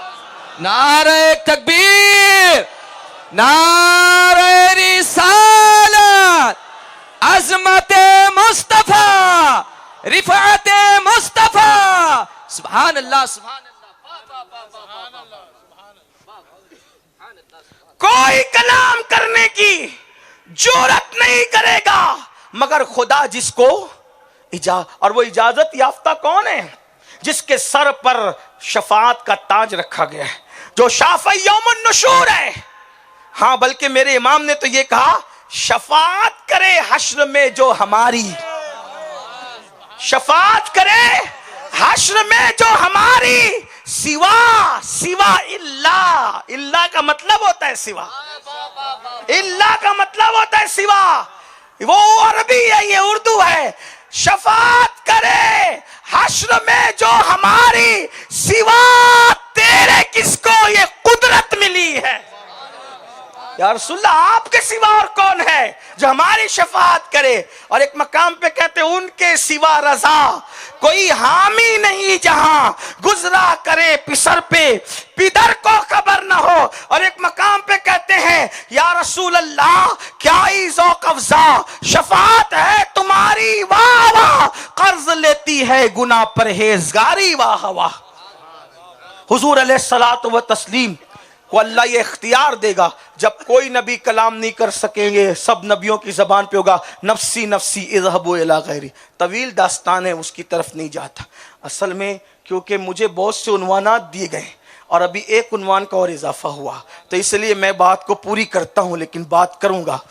آج کل میرا معاملہ ایسا ہی ہے جیسے کسی شاعر کا کہ فلاں مشاعرے میں وہ غزل پسند آ گئی تھی، آج اور پڑھ دیجئے، تو پھر وہ پڑھنا پڑتی ہے. لیکن یہ کوئی غزل کی محفل نہیں ہے، مگر پھر بھی میں دلوں کا بہت احترام کرتا ہوں. آپ نے سن لیا ہے کہیں تو پھر میں اس کو دہرا دوں گا، کوئی بات نہیں. اور یہ تو میری زندگی ہے، یہی میری بندگی ہے.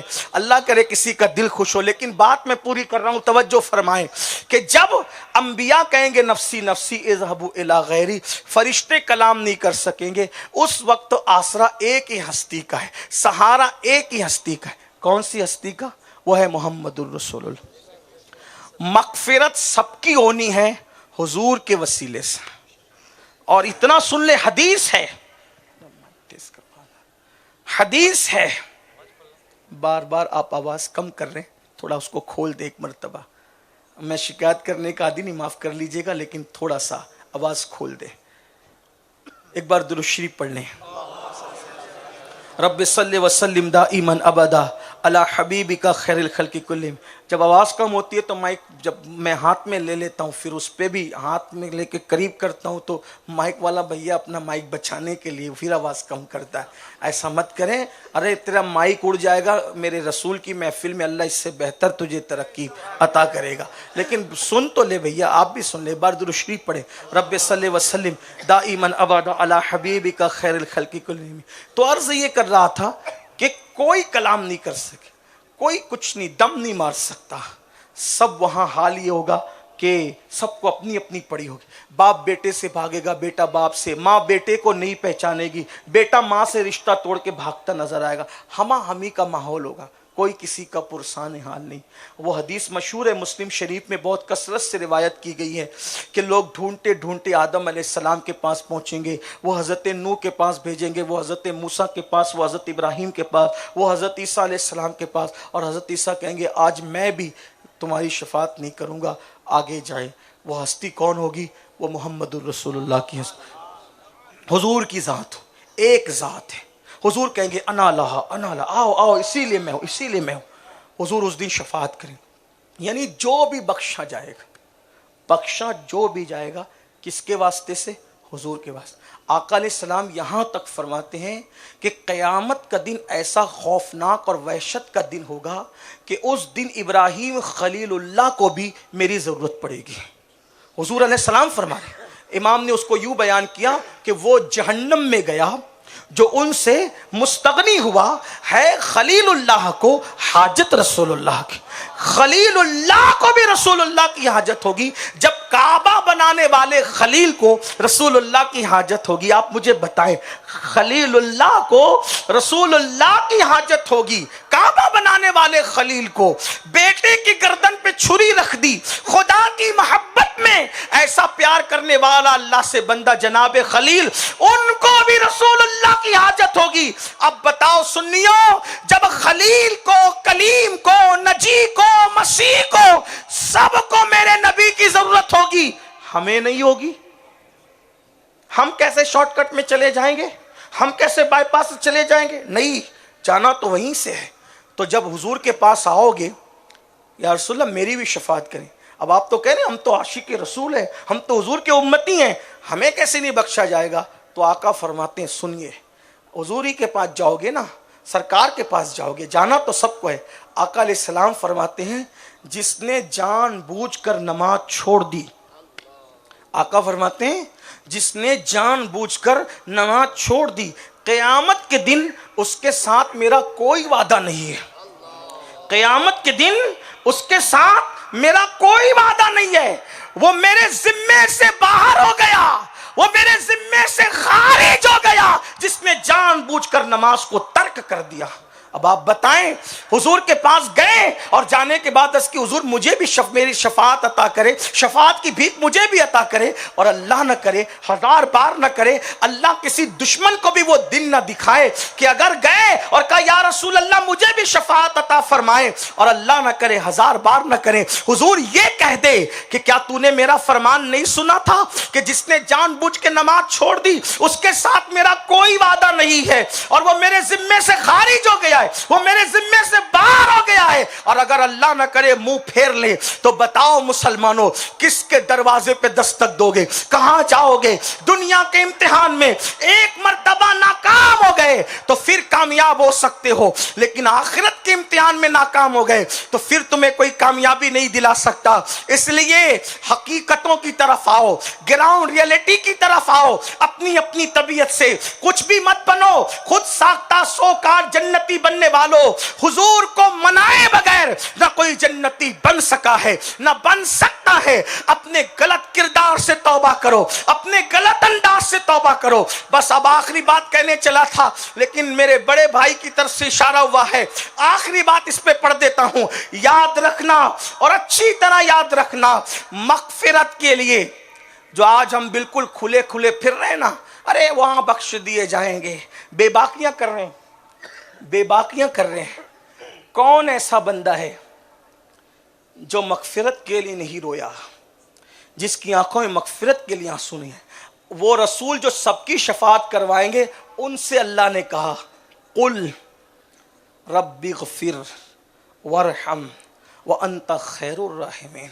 اے محبوب آپ یوں عرض کریں, اے اللہ میری مغفرت فرما اور مجھ پہ رحم فرما. حالانکہ یہ تعلیم امت کے لیے, ورنہ حضور کی تو مغفرت ہو چکی, حضور مغفرت یافتہ ہے, حضور معصوم ہی نہیں سید المعصومین ہے. حضور علیہ الصلوۃ والتسلیم سے کہلوایا جا رہا ہے, آپ کہیں کہ اللہ مجھے معاف فرما, میری مغفرت فرما, مجھ پہ رحم فرما, تعلیم امت کے لیے. اور آپ کو بتاؤں ایک ایسی ہستی ہے جس کے بارے میں آقا نے فرمایا کہ جب تک کہ یہ ٹکٹ نہ دے, جب تک یہ چٹھی نہ دے, کوئی پلسرات سے سلامتی کے ساتھ گزر کے جنت میں نہیں جا سکتا. وہ کون ہستی ہے پتہ ہے؟ صدیق اکبر کہتے ہیں مولا علی کو دیکھ کے, علی میں نے حضور سے سنا کہ حضور کل رات کہہ رہے تھے کہ جس کو علی چٹھی نہیں دے گا وہ سلامتی کے ساتھ پلسرات سے گزر کے جنت میں نہیں جا سکتا. تو مولا علی نے مسکرا کر کے فرمایا کہ مجھے یہ بھی فرمایا کہ جو میرے ابو بکر سے محبت نہ کیا کرے علی اس کو چٹھی نہ دینا. جس کی چٹھی سے لوگ جنت میں جائیں گے. کون علی؟ ساقی کوثر علی. کون علی؟ قسیم جنت و جہنم علی. کون علی؟ فاتح خیبر علی. کون علی؟ نبی کا محبوب علی. کون علی؟ خدا کا شیر علی. کون علی؟ شاہ مردہ، شیر یزداں، قوت پروردگار، لا فتح الا علی، لا سیف الا ذوالفقار. کون علی؟ وہ علی کہ تیر لگے تو نماز میں تیر نکال لیا جائے، علی کو خبر نہ ہو. کون علی؟ جس کی نماز چھوٹ جائے تو سورج پلٹ کر کے واپس آ جاتا ہے. ایسے علی، وہ بھی رات کے آخری حصے میں. توجہ کرنا، کیا ہے آخرت، کیا ہے مغفرت، کیا ہے قیامت، کیا ہے میدان محشر. وہ علی مرتضیٰ اپنی سفید داڑھی پکڑ کے رات کے آخری حصے میں ایسے اللہ کے خوف سے تڑپتے تھے جیسے سانپ کسی چیز کو ڈس لے تو وہ کیسے تڑپ تڑپ کے روتا ہے. مولا علی داڑھی پکڑ کر روتے تھے، اے اللہ علی کو بخش دے، علی کی مغفرت فرما. سوچا وہ علی مرتضیٰ یوں داڑھی پکڑ کے کہہ رہے ہیں علی کی مغفرت فرما، علی کی مغفرت فرما. آپ کون ہیں؟ میں کون ہوں؟ آپ بتائیں کون ہیں ہم؟ مولا علی روزانہ آنسو موٹے موٹے گرتے ہیں، داڑھی بھیگ جاتی ہے اور کہتے ہیں اللہ علی کو بخش، علی کی مغفرت فرما. جو جانتے ہیں وہ جانتے ہیں، جو نہیں جانتے انہیں پتہ ہونا چاہیے علی کون ہے. علی فاتح خیبر ہے، علی خاتم الولایت ہے، علی چوتھے خلیفہ ہیں، علی داماد پیمبر ہیں، علی رسول اللہ کے بھائی ہیں، جن کے بیٹے جنتی جوانوں کے سردار ہیں. وہ علی، وہ داڑھی پکڑ کے یوں مغفرت کی دعا کرے. آپ کون؟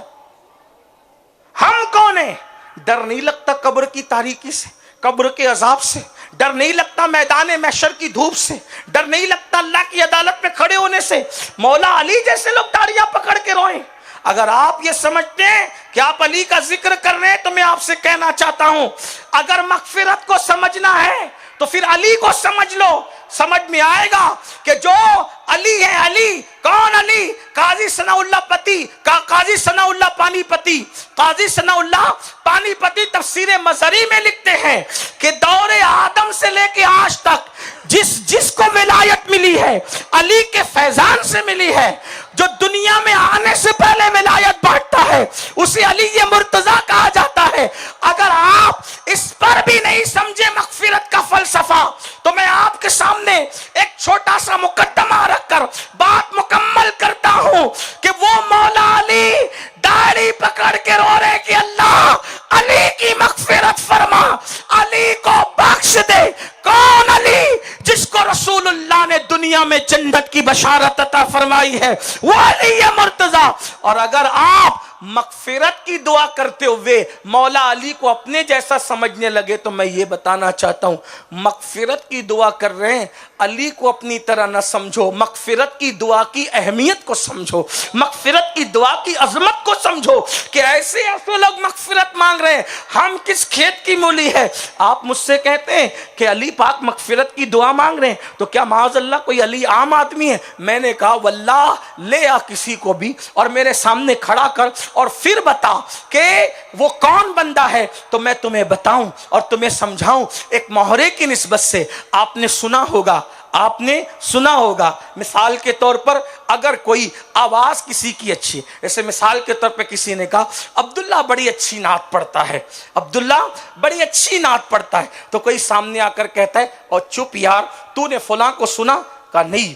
کہا کہ اس کو سن، وہ اتنی اچھی آواز رکھتا ہے، آواز میں یہ اس کا بھی باپ ہے. باپ سنا کہ نہیں سنا؟ سنا کہ نہیں سنا؟ کیا مطلب باپ ہے؟ باپ کا مطلب کیا؟ مطلب یہ جو ہے اس سے بہت بڑھ کر وہ ہے جس کو کیا کہہ رہے ہیں آپ؟ باپ کہہ رہے ہیں. یہی ہے نا وہ فلاں اچھی تقریر. جیسے مثال کے طور آپ نے کہا کہ آپ نے جو وہ عبد الرحمان کی تقریر سنی؟ ہاں نہیں میں نے نہیں سنی. کیا تقریر کر رہے ہیں؟ چپ یار، وہ ادریس خان صاحب تو اس کا بھی باپ ہے تقریر کرنے، بہت اچھی کرتا ہے. یہ کہتے ایک فلاں کی نظامت سنی، یاسین باپو کی نظامت سن، وہ اس کا بھی باپ ہے نظامت. یعنی کہ آدمی محورہ کہتا ہے. کیا کہتا ہے؟ باپ. باپ کا مطلب حقیقت میں وہ باپ نہیں ہوتا بلکہ فن میں امام ہوتا ہے. تو لوگ کیا کہتے تھے؟ وہ باپ ہے، اس کا بھی باپ. لیکن اگر وہ واقعی حقیقت میں بھی باپ ہو اور محورے کے اعتبار سے بھی ہو تو پھر وہ کتنا بڑا ہوگا اندازہ کریں. مجھے جو حکم ہے میں منقبت مولا علی کی پڑھ کے بات ختم کرتا ہوں. یہ فلسفہ آپ کے سمجھ میں آیا کہ نہیں آیا؟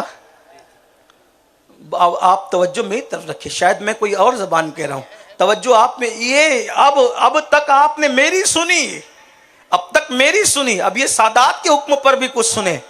بتاؤ یہ محاورہ تمہارے یہاں بولا جاتا ہے کہ نہیں بولا جاتا؟ وہ فلاں کے پاس دولت بہت زیادہ ہے تو کہا اس کے پاس کیا ہے؟ وہ فلاں کی دولت دیکھ، وہ اب جو پتی ہے وہ اس کا بھی باپ ہے، باپ۔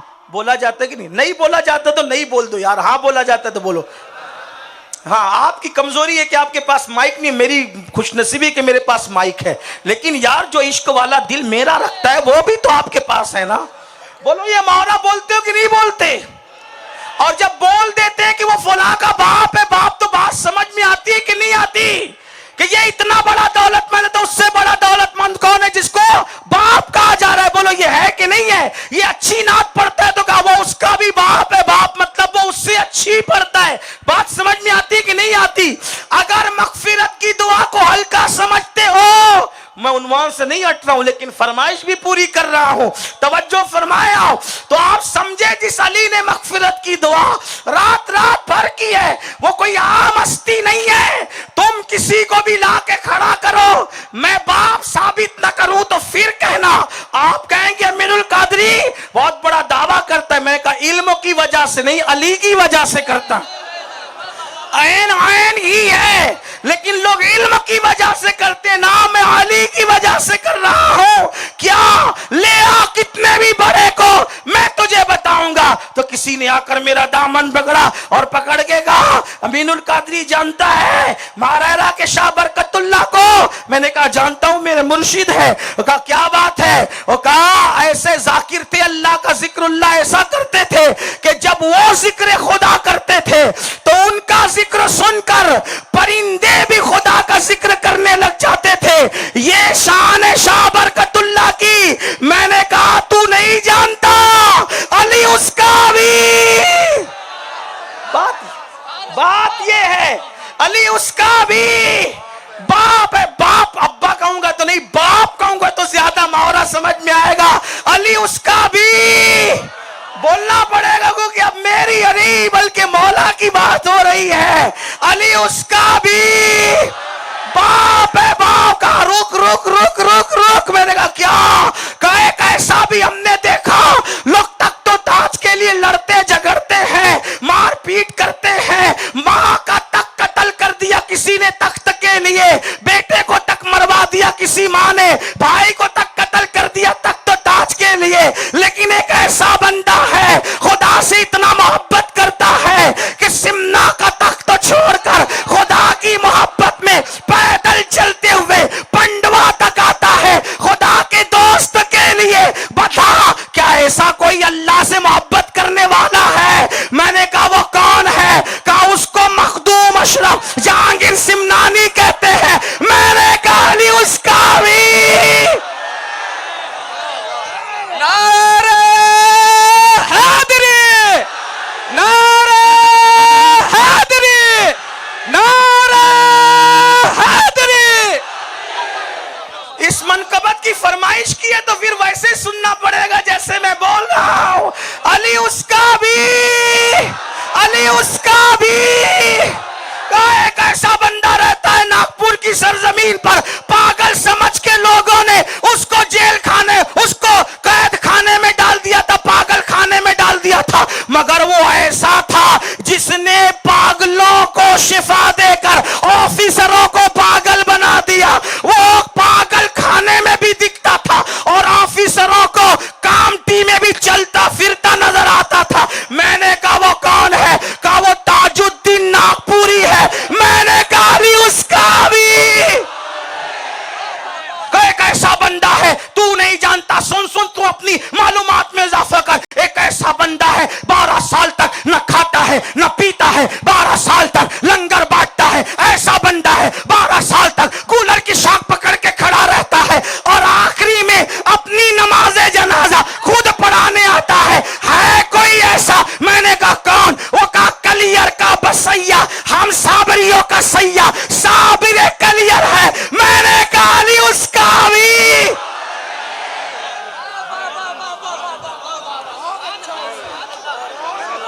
علی اس کا ناسبیت جلتی رہے علی اس کا بھی، خارجیت کے نشے من پہ بجلیاں گرتی رہے علی اس کا بھی. نہیں نہیں نہیں نہیں نہیں کہا. میں نے کہا پھر کیا؟ تو کہا سن، ایک ایسا بھی ہمارے ہند میں ہے. میں نے کہا بتا. غیاس پور میں رہتا ہے. اس کے کسی چہیتے مرید کو کسی نے کہا کہ تیرا مرشد تو بس محفل سما میں بیٹھا ہوتا ہے، اس کو آتا کیا ہے؟ وہ کہا اچھا. کہا پھر مرشد کیسا ہوتا؟ کہا مرشد وہ ہوتا ہے جو ہاتھ پکڑے تو مرید کو عرش کی سیر کرا دے، اور جب مرید آیا، آنے کے بعد سر جھکایا، مرشد نے پوچھا خسرو ترک اللہ پریشان کیوں ہے؟ تو کہا مرشد کی تعریف یہ بیان کی گئی کہ ہاتھ پکڑے عرش کی سیر کرا دے. کرایا تیرے مرشد نے عرش کی سیر.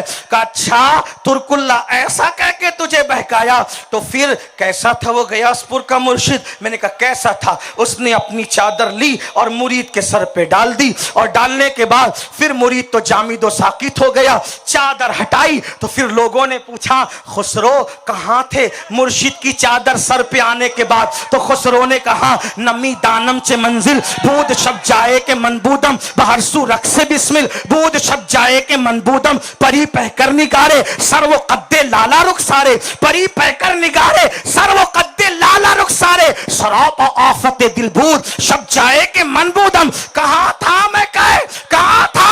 کہ خدا خود میرے مجلس بود اندر لام کا خسرو یہ عرش کی بات کر رہے تھے. خدا خود میرے مجلس بود اندر لام کا خسرو محمد شم محفل محمد شم محفل محمد شم محفل بود شب جائے کے منبودم. کا دیکھا چادر ڈال کر لامکا کی سیر کرا دی.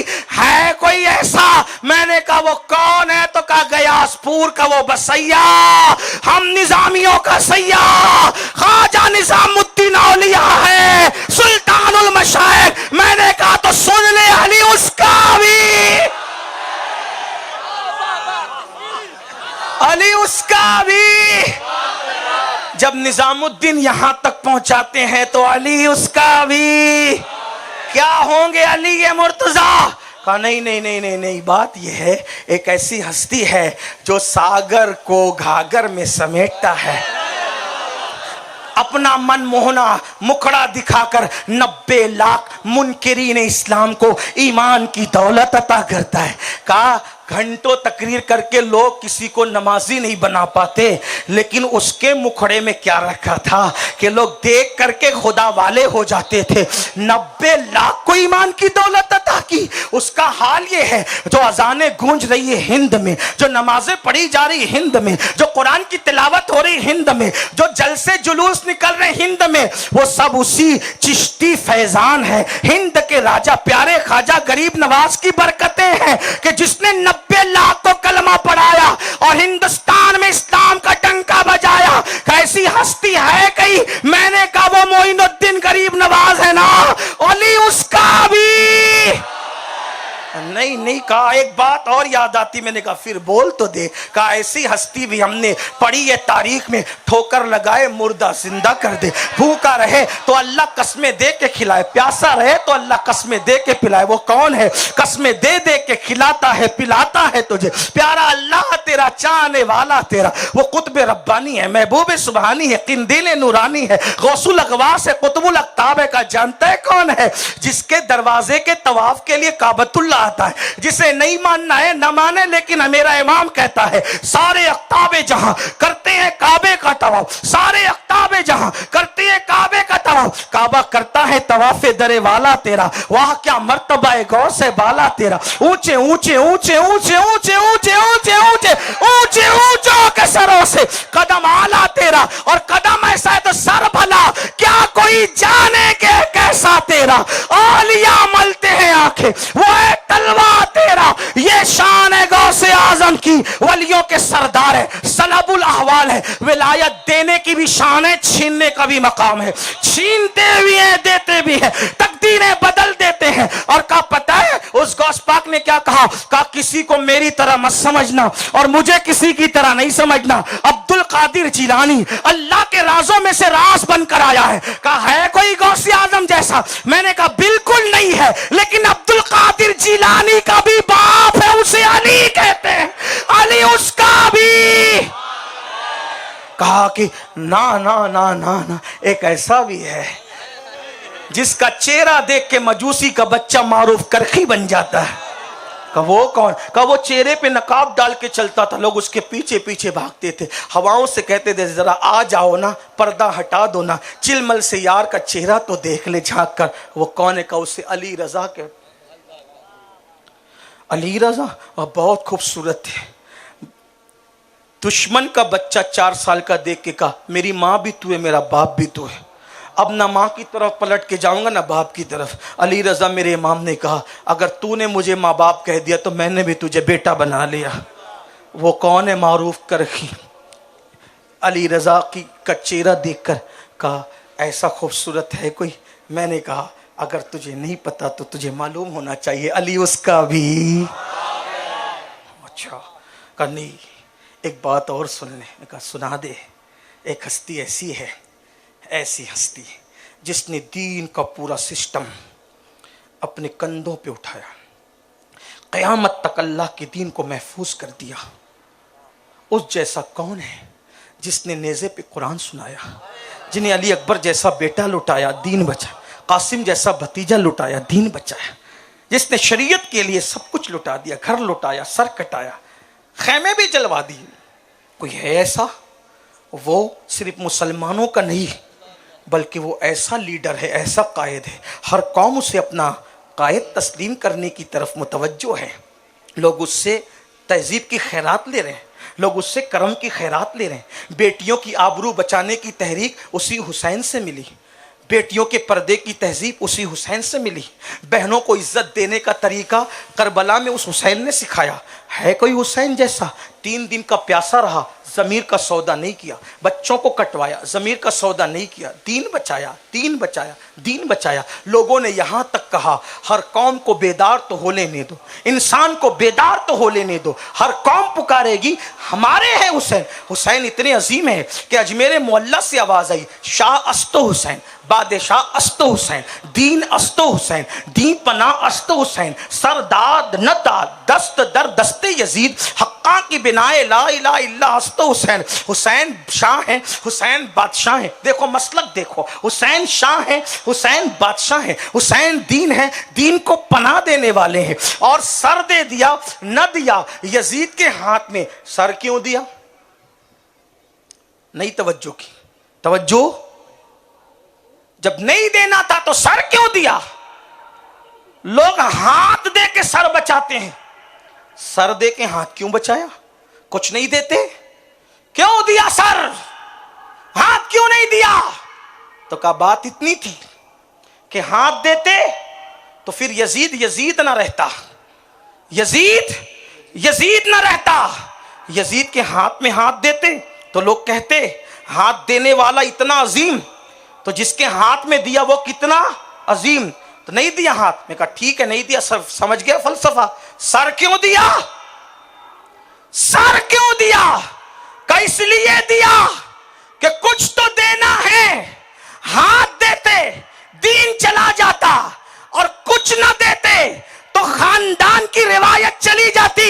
لوگ کہتے دیکھو یہ کہتے دوست و دشمن سب کو دیتے ہیں، اگر نہ دیتے تو لوگ کہتے ایک کو تو نہیں دیا، اگر ہمیں بھی وہی نہ دے تو پھر کیا؟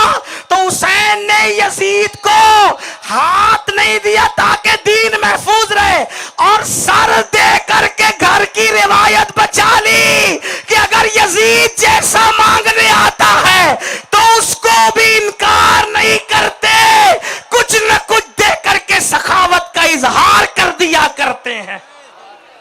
سر دیا تاکہ سخاوت باقی رہے، ہاتھ نہ دیا تاکہ دینی غیرت باقی رہے۔ دیا تو صحیح، کہا دیکھا ایسا ہے حسین، کہا کیا؟ حسین شاہ ہے، بادشاہ ہے، بالکل دین ہے، دین پناہ ہے۔ سر دے دیا، ہاتھ نہ دیا یزید کے ہاتھ میں، اور پھر کہہ رہا جا رہا ہے حقا کی بنا ہے لا الہ الا حسین۔ حقیقت یہ ہے کہ کلمہ لا الہ الا اللہ کی بنیاد امام حسین ہے۔ کہا وہ حسین جس کے چہرے سے ایسی روشنی نکلتی تھی کہ رات کو لوگ ان کے چہرے کی روشنی میں راستہ طے کر لیتے تھے. عبد الرحمن جامی نے یہ لکھا, یہ ہیں حسین اور ان کے بھائی حسن تو اور بڑے ہیں. میں نے کہا کیا؟ حضور علیہ السلام کی صورت کے مشابہ ہیں حسن, حضور کی خوشبو ہیں حسن, حضور نے ان کو سید کہا ہے. میں نے کہا اچھا ایسے ہیں؟ کہا نہیں جانتا. غوث پاک نے کہا انا الحسنی, کہ میں حسن کا بیٹا ہوں. والمقدہ مقامی, اللہ نے مجھے حسن کا بیٹا حسنی نسبت کے صدقے میں اتنا بلند مقام عطا فرمایا. کہا حسن حسین وہ ہیں, الحسن والحسین سیدہ شباب آل الجنہ, حسن حسین جنتی جوانوں کے سردار ہے. اللہ کے رسول نے فرمایا جو جنتی کو زمین پہ چلتا دیکھنا چاہتا ہے میرے حسن اور میرے حسین کو دیکھ لے. فرمایا عرش کی دو تلواروں کو حسن و حسین کہتے ہیں, جنت کی زیب و زینت کو حسن و حسین کہتے ہیں, فاطمۃ الزہرا کے نور عین کو حسن و حسین کہتے ہیں, جن کے لیے جنت کے جوڑے آئے انہیں حسن و حسین کہتے ہیں. ہاں ہاں, جن کو فرشتے جھولا جھلائے ان کو حسن و حسین کہتے ہیں, جو نبی کے کندھوں پہ بٹھائے جائیں ان کو حسن و حسین کہتے ہیں, جو حالت نماز میں نبی کی پیٹھ پر آ کے بیٹھ جائیں تو رسول اللہ سجدہ طویل کر دیتے ہیں ان کو حسن و حسین کہتے ہیں. جمعہ کا خطبہ دیتے وقت حسن و حسین آ جائیں تو نبی ممبر چھوڑ کر جن کے لیے نیچے اتر آتے ہیں اور اٹھا کر لے جاتے ہیں اور ممبر پہ بیٹھ جاتے ہیں ان کو حسن و حسین کہتے ہیں. کہ یہ ہے حسن و حسین. میں نے کہا بالکل ہے اے دل بغیر دامن سلطان اولیاء یعنی حسین ابن علی جان اولیاء, یہ حسن و حسین ہے. تو تمہیں معلوم ہونا چاہیے یہ اتنی بلندی پر ہے تو علی ان کا بھی. نعرہ حیدری, نعرہ حیدری, نعرہ حیدری. یہ صرف محاورے والا باپ نہیں ہے, یہ نسب والا باپ بھی ہے. جس کے گھر کے بچے اتنے اچھے ہوں ان کا باپ کیسا ہوگا. بچوں میں کون ہے جہاں, ہائے ہائے ہائے, عبد القادر جیلانی جن کے بچوں میں, غریب نواز جن کے بچوں میں, صابر کلیر جن کے بچوں میں, محبوب الہی جن کے بچوں میں, قطب الدین بختیار کاکی جن کے بچوں میں ہے. جب نبی کی نسل ایسی ہے تو اس نسل کی اصل کیسی ہوگی. اسی نسل کی اصل کو علی کہتے ہیں. علی ان سب کا ہے. بیٹوں کی کوئی مثال. زمانہ غلامی کر رہا ہے, لوگ خیرات پا رہے ہیں. ایسے ہیں علی جس کے بارے میں میرے امام لکھتے ہیں اصل نسل صفا, اصل نسل صفا, وصل وجہ خدا, باب فصل ولایت پہ لاکھوں سلام. وہ علی رات کے آخری پہر میں داڑھی پکڑ کے کہتے اللہ علی کی مغفرت کر دے. جب ایسوں کا باپ دعائیں مغفرت کر رہا ہے رات کے حصے میں, ہمارا تو کوئی باپ بھی ان کے بچوں کی طرح تقوی پرہیزگاری کی مثال لا سکتا ہے؟ نہیں نا. اب آپ بتائیں, جس کے بیٹوں نے نیزے پہ قرآن سنایا ہو وہ علی جب رات کے آخری حصے میں مغفرت کی دعائیں کرتے ہیں اور ہم رات کے آخری حصے میں سکون کی نیند فجر کی نماز چھوڑ کے سو رہے ہوتے ہیں, کیا بنے گا اپنا. کاش ہم آج اللہ کی بارگاہ میں توبہ کرتے, آج بدلتے, آج سنورتے, آج سدھرتے. زندگی کا آغاز کرو نئے سرے سے, سچی توبہ کرو. جو توبہ کرے اللہ اسے معاف کر دیتا ہے. اور ہزاروں سال کا مجرم ایک بار توبہ کر لے تو گناہ سے ایسے پاک ہو جاتا ہے جیسے ابھی ماں کے شکم سے پیدا ہوا. اللہ ہم سب کو توفیق بخشے. سب سے پہلے مجھے توفیق دے, جو اچھی باتیں تھیں من جانب اللہ, جو کچھ غلطی ہو گئی میرے نفس کی خامی ہے اللہ مجھے معاف کرے. استغفر اللہ ربی من کل ذنب واتوب الیہ وما علینا الا البلاغ. السلام علیکم.